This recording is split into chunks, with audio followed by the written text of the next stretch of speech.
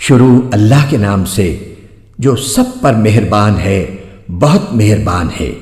اے بنی اسرائیل، میری وہ نعمت یاد کرو جو میں نے تم کو عطا کی تھی، اور یہ بات یاد کرو کہ میں نے تم کو سارے جہانوں پر فضیلت دی تھی۔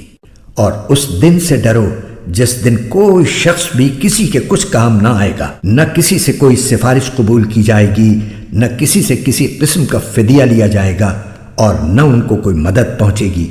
اور وہ وقت یاد کرو جب ہم نے تم کو فرعون کے لوگوں سے نجات دی، جو تمہیں بڑا عذاب دیتے تھے، تمہارے بیٹوں کو ذبح کر ڈالتے اور تمہاری عورتوں کو زندہ رکھتے تھے۔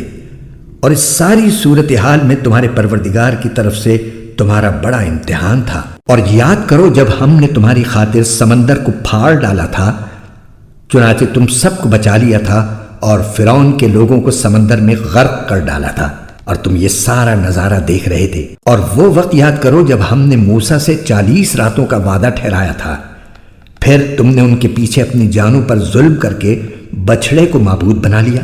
پھر اس سب کے بعد بھی ہم نے تم کو معاف کر دیا تاکہ تم شکر ادا کرو۔ اور یاد کرو جب ہم نے موسیٰ کو کتاب دی اور حق و باطل میں تمیز کا معیار بخشا تاکہ تم راہ راست پر آؤ۔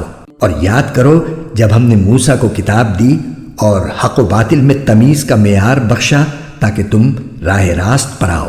اور جب موسیٰ نے اپنی قوم سے کہا تھا کہ اے میری قوم، حقیقت میں تم نے بچھڑے کو معبود بنا کر خود اپنی جانوں پر ظلم کیا ہے، لہٰذا اب اپنے خالق سے توبہ کرو اور اپنے آپ کو قتل کرو، تمہارے خالق کے نزدیک یہی تمہارے حق میں بہتر ہے۔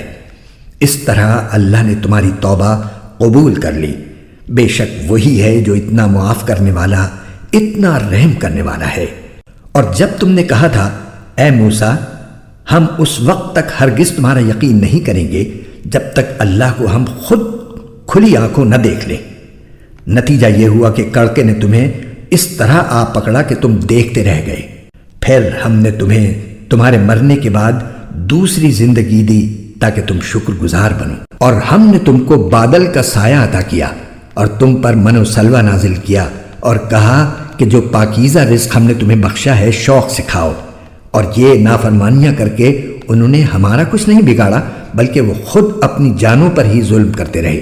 اور وہ وقت بھی یاد کرو جب ہم نے کہا تھا کہ اس بستی میں داخل ہو جاؤ اور اس میں جہاں سے چاہو جی بھر کر کھاؤ، اور بستی کے دروازے میں جھکے سروں کے ساتھ داخل ہونا اور یہ کہتے جانا کہ یا اللہ، ہم آپ کی بخشش کے طلبگار ہیں۔ اس طرح ہم تمہاری خطائیں معاف کر دیں گے اور نیکی کرنے والوں کو اور زیادہ ثواب بھی دیں گے۔ مگر ہوا یہ کہ جو بات ان سے کہی گئی تھی، ظالموں نے اسے بدل کر ایک اور بات بنا لی۔ نتیجہ یہ کہ جو نافرمانیاں وہ کرتے آ رہے تھے، ہم نے ان کی سزا میں ان ظالموں پر آسمان سے عذاب نازل کیا۔ اور وہ وقت بھی یاد کرو جب موسیٰ نے اپنی قوم کے لیے پانی مانگا تو ہم نے کہا اپنی لاٹھی پتھر پر مارو، چنانچہ اس پتھر سے 12 چشمے پھوٹ نکلے۔ ہر ایک قبیلے نے اپنے پانی لینے کی جگہ معلوم کر لی۔ ہم نے کہا اللہ کا دیا ہوا رزق کھاؤ پیو، اور زمین میں فساد مچاتے مت پھرنا۔ اور وہ وقت بھی جب تم نے کہا تھا کہ اے موسیٰ، ہم ایک ہی کھانے پر صبر نہیں کر سکتے، لہٰذا ہماری خاطر اپنے پروردگار سے مانگیے کہ وہ ہمارے لیے کچھ وہ چیزیں پیدا کرے جو زمین اگایا کرتی ہے، یعنی زمین کی ترکاریاں، اس کی ککڑیاں، اس کا گندم، اس کی دالیں اور اس کی پیاز۔ موسیٰ نے کہا جو غذا بہتر تھی، کیا تم اس کو ایسی چیزوں سے بدلنا چاہتے ہو جو گھٹیا درجے کی ہیں؟ خیر، ایک شہر میں جا اترو تو وہاں تمہیں وہ چیزیں مل جائیں گی جو تم نے مانگی ہیں۔ اور ان یہودیوں پر ذلت اور بے کسی کا ٹھپا لگا دیا گیا، اور وہ اللہ کا غضب لے کر لوٹے۔ یہ سب اس لیے ہوا کہ وہ اللہ کی آیتوں کا انکار کرتے تھے اور پیغمبروں کو ناحق قتل کر دیتے تھے۔ یہ سب اس لیے ہوا کہ انہوں نے نافرمانی کی اور وہ بے حد زیادتیاں کرتے تھے۔ حق تو یہ ہے کہ جو لوگ بھی، خواہ وہ مسلمان ہو یا یہودی یا نصرانی یا صابی، اللہ اور آخرت کے دن پر ایمان لے آئیں گے اور نیک عمل کریں گے، وہ اپنے پروردگار کے پاس اپنے اجر کے مستحق ہوں گے، اور ان کو نہ کوئی خوف ہوگا نہ وہ کسی غم میں مبتلا ہوں گے۔ اور وہ وقت یاد کرو جب ہم نے تم سے تورات پر عمل کرنے کا عہد لیا تھا اور کوہ طور کو تمہارے اوپر اٹھا کھڑا کیا تھا، کہ جو کتاب ہم نے تمہیں دی ہے اس کو مضبوطی سے تھامو اور اس میں جو کچھ لکھا ہے اس کو یاد رکھو تاکہ تمہیں تقوی حاصل ہو۔ اس سب کے باوجود تم دوبارہ راہ راست سے پھر گئے۔ چنانچہ اگر اللہ کا فضل اور رحمت تم پر نہ ہوتی تو تم ضرور سخت نقصان اٹھانے والوں میں شامل ہو جاتے، اور تم اپنے ان لوگوں کو اچھی طرح جانتے ہو جو سنیچر سبت کے معاملے میں حد سے گزر گئے تھے۔ چنانچہ ہم نے ان سے کہا تھا کہ تم دھتکارے ہوئے بندر بن جاؤ۔ پھر ہم نے اس واقعے کو اس زمانے کے اور اس کے بعد کے لوگوں کے لیے عبرت اور ڈرنے والوں کے لیے نصیحت کا سامان بنا دیا۔ اور وہ وقت یاد کرو جب موسیٰ نے اپنی قوم سے کہا تھا کہ اللہ تمہیں حکم دیتا ہے کہ تم ایک گائے ذبح کرو۔ وہ کہنے لگے، کیا آپ ہمارا مذاق بناتے ہیں؟ موسیٰ نے کہا، میں اس بات سے اللہ کی پناہ مانگتا ہوں کہ میں ایسے نادانوں میں شامل ہوں جو مذاق میں جھوٹ بولیں۔ انہوں نے کہا کہ آپ اپنے رب سے درخواست کیجئے کہ ہمیں صاف صاف بتائے کہ وہ گائے کیسی ہو۔ اس نے کہا، اللہ فرماتا ہے کہ وہ ایسی گائے ہو کہ نہ بہت بوڑھی ہو نہ بالکل بچی، بلکہ ان دونوں کے بیچ بیچ میں ہو۔ بس اب جو حکم تمہیں دیا گیا ہے اس پر عمل کر لو۔ کہنے لگے، آپ اپنے رب سے درخواست کیجئے کہ ہمیں صاف صاف بتائے کہ اس کا رنگ کیسا ہو۔ موسیٰ نے کہا، اللہ فرماتا ہے کہ وہ ایسے تیز زرد رنگ کی گائے ہو جو دیکھنے والوں کا دل خوش کر دے۔ انہوں نے پھر کہا کہ آپ اپنے رب سے درخواست کیجئے کہ ہمیں صاف صاف بتائے کہ وہ گائے کیسی ہو۔ اس گائے نے تو ہمیں شبے میں ڈال دیا ہے، اور اللہ نے چاہا تو ہم ضرور اس کا پتہ لگا لیں گے۔ موسیٰ نے کہا، اللہ فرماتا ہے کہ وہ ایسی گائے ہو جو کام میں جٹ کر زمین نہ گاہتی ہو اور نہ کھیتی کو پانی دیتی ہو، پوری طرح صحیح سالم ہو، جس میں کوئی داغ نہ ہو۔